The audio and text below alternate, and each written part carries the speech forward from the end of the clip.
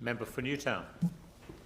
Thank you, Speaker. I rise to also offer the Greens support, acknowledging that my Greens colleague, the member for Ballina, is in the chamber here, and particularly address one of the amendments that has come down from the Legislative Council in relation to inserting the requirement for consultation and negotiation with local Aboriginal communities into this piece of legislation. I think it's very crucial when we recognise that very often there is a risk. There is a risk in how we look at vast parts of land in this state, that people see it as empty land that is there to potentially build big renewable energy projects on. And it's important for us to remember that's not actually empty land, it's Aboriginal land, and it's absolutely crucial that we recognise the ownership of that land, the respect that must be had for country, and the recognition that any projects and work that is happening in that space needs to be done in consultation and negotiation with local Aboriginal communities. And I want to acknowledge my Greens colleague David Shoebridge in the other place for moving this amendment and for the consultation that he undertook with the Black Greens and others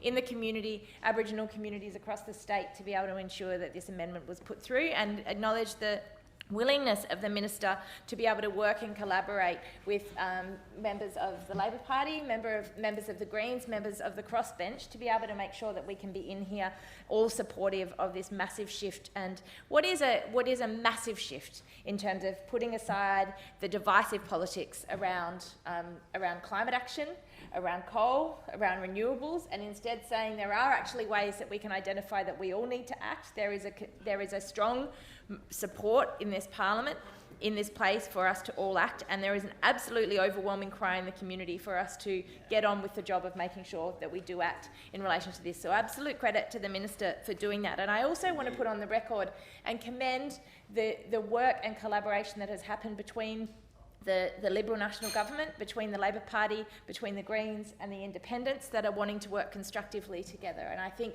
for me personally, it means a lot to see a scenario where the divisive and dangerous views of One Nation have been sidelined in this Parliament, and we recognise that they are only given power.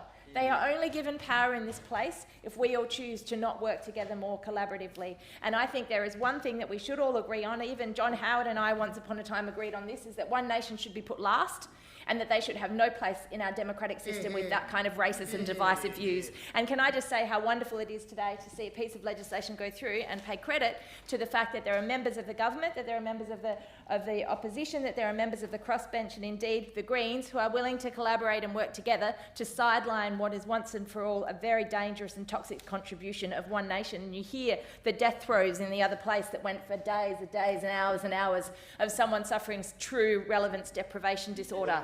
But if that's what's all that's required, all solidarity and support to our upper house colleagues. But if that's what we need to put up with to be able to deliver for good collaborative approaches that doesn't cave in to racist parties like One Nation, then I think that is a good win for the climate. That is a good win for the society. It's a good win for our community. And I think it's always important to remember that there is no environmental justice without racial justice. This Aboriginal amendment that we've seen to consult with Aboriginal communities delivers on that, and the sidelining of One Nation in the upper house to deliver on this bill absolutely delivers on that. So congratulations to everyone involved.